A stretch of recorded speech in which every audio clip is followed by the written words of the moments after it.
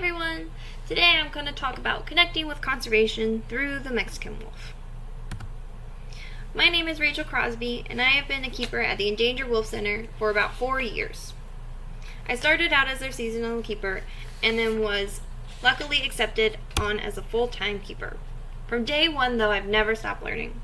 One of the most important lessons that I have learned is a constant reminder at the center that one institution, even just one person, can make a big difference in conservation of a species, but teamwork is what makes it successful. The Endangered Wolf Center was founded in 1971 by Marlin Perkins.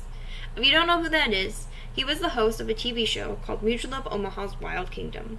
This was one of the first TV programs that brought the sight, sound, and wonder of wild animals into people's homes. The center is located just outside of St. Louis, Missouri, which, if you don't know where that is, we're basically in the middle of the United States. Marlin started the center with hopes of saving the endangered Mexican wolf. Today, we have expanded our efforts to also help the red wolf and several other endangered canid species. Today, I'm going to just talk about the Mexican wolf. But before I tell you my story, I want to tell you a little bit about them. In the 1800s, people were scared that wolves and other large carnivores were going to completely kill all the deer and elk, and there would be none left for us humans. So the government unfortunately gave them permission to hunt all these large predators. And for the Mexican wolf, that was almost to extinction. When the Mexican wolves were brought into captivity in the late 1970s, they were only able to find 7. Out of that 7, there were only 3 genetic lineages: McBride, Ghost Ranch, and Aragon. But in March of 1998, the number of Mexican wolves was finally high enough that they were able to release adult Mexican wolves back into the wild. 11 wolves, made up 3 individual packs, were released into the recovery area in Apache National Forest in eastern Arizona. Releasing adults, though, into the wild can be challenging. You need to release them in a pack, making sure that pack is well bonded. Also, the number of wild wolves grow. There is less space to safely put new packs in the recovery area without putting them into some other pack's territory. Then, unfortunately, there is also the human aspect. Wolves have always been made out to be the bad guy in most fairy tales and movies. So trying to convince humans that it is good to release a pack of adult wolves in their backyard is somewhat difficult.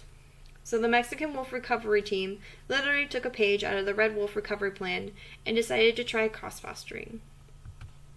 Cross-fostering is taking pups from one litter and putting them into another.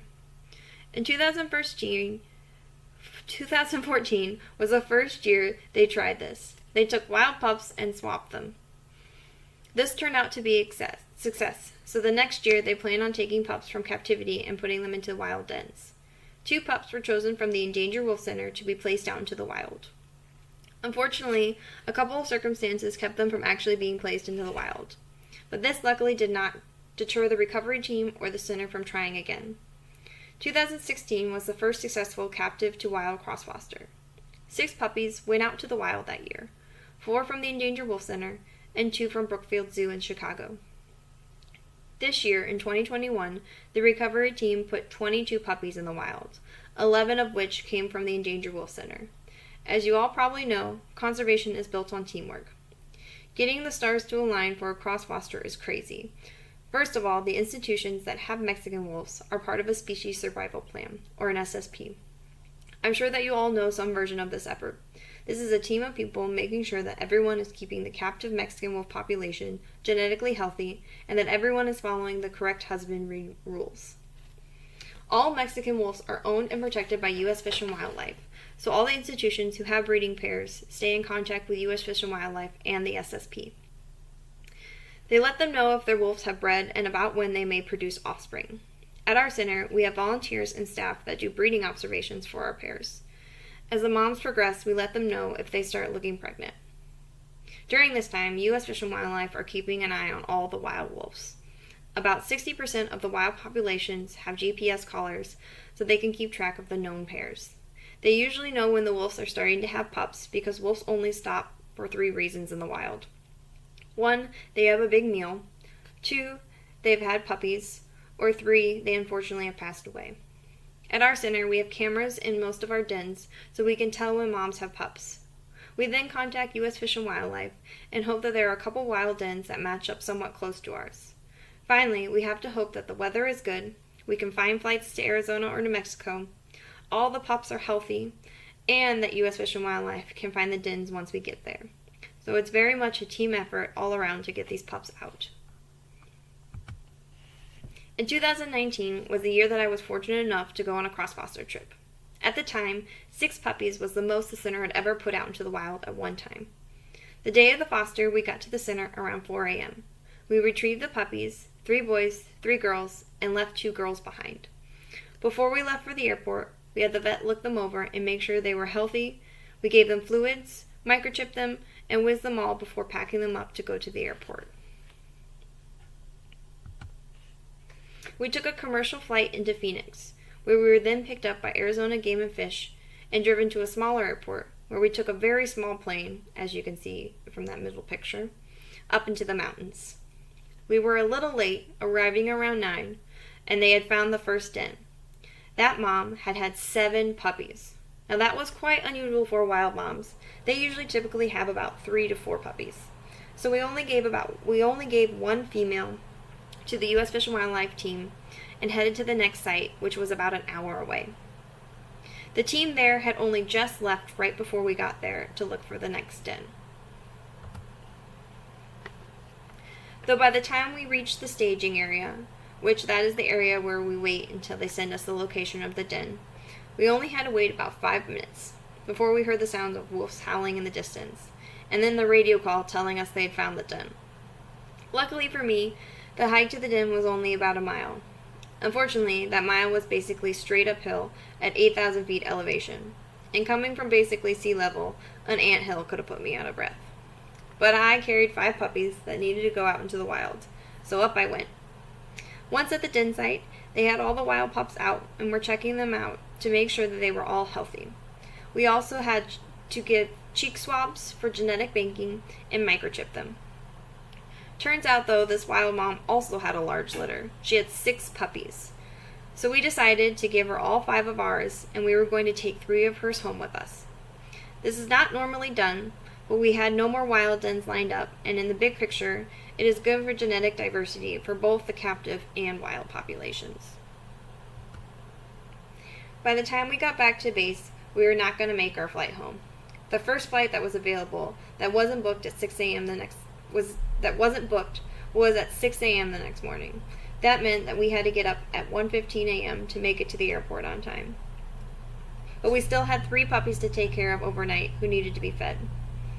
Luckily, the U.S. Fish and Wildlife team vet was very nice and offered to take care of the pups overnight so that we could get a few hours of sleep. We were very grateful because we had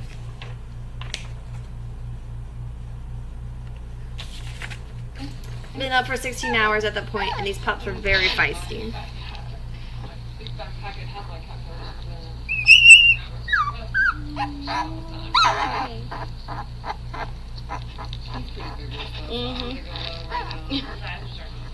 You know. After the few hours of sleep we got, the next morning we left the cabin around 1:30 and drove down the mountain. We got back into the small plane, flew down to the small airport, then drove to the Phoenix airport, and then got back to the center around 1 p.m. The boys were immediately accepted into the pack by their mom, dad, older brother, and the 2 little girls that were left behind. As you can see in this picture of them all on top of the den, it's the 3 boys are kind of hanging out towards the back, and then the 2 girls are up front. And then the pictures on the right side are all the boys grown up from this year, in 2021. We have Ripley up top, Logan is playing with the log, and Crosby is staring right at us. But this is not where the story ends. In the beginning of 2020, before everything got really crazy, I was granted the opportunity to help out with the annual Mexican wolf census. This happens between January and February every year. The interagency field team, which includes Arizona Game and Fish Department, New Mexico Department of Game and Fish, White Mountain Apache Tribe, U.S. Animal and Plant Health Inspection Service, U.S. Forest Service, and U.S. Fish and Wildlife, do a helicopter survey of the Mexican wolf territory. They also have the goal of catching certain wolves with either collars, changing out the collars, or checking their health status. Now this is kind of the last-ditch effort to get a final count on the previous year's population. Throughout the year, they have camera traps, telemetry tracking, and field biologists also looking and counting these animals. Now before I went on this trip, I thought cross-fostering was one of the greatest team efforts I'd ever seen, but this blew it out of the water. The amount of careful planning, communication, and star aligning that had to happen for the several-week-long process to take place was insane, and I only witnessed a couple days of it in action. The first day we arrived, we sat in on a final planning meeting. Every agency was represented, and everyone had a job to do. They even gave jobs for me and my boss, Regina. The second day was helicopter training. Now, I didn't get to go up into the helicopter because, as I found out, it takes weeks of training just to be able to sit in a helicopter. Day 3, we were off to search for wolves. Once they catch the wolf, they bring it back to wherever that base is that day, which bases can be pretty much anywhere as long as there's space for a helicopter land. The couple bases that we saw, one was at the field agency, one was at a small airport, and 2 were just on the side of a highway. At the base, the teams that were in charge of checking wolves' collars, which then could lead to giving them a new collar or just changing out old collars. We want to check genetic samples, give vaccines to give the wolves a leg up, and check microchips, and then check the overall health of the animal. We would then drive the wolf back to its territory. One of the amazing things that I got to witness while there was that we found a female who they had not seen for 5 years, and they had presumed she was dead. It's just crazy to think that with all that they do, this wolf was so good at being a wolf, she evaded them for 5 years. More good news came to us in March when the count was over.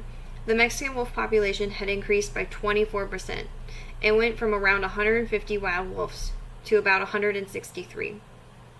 Yet, these events were not the most exciting thing that happened to us.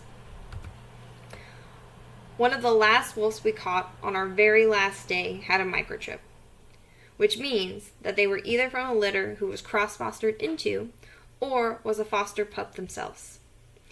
This wolf was a young male, not even a year yet, and he was our male, Max.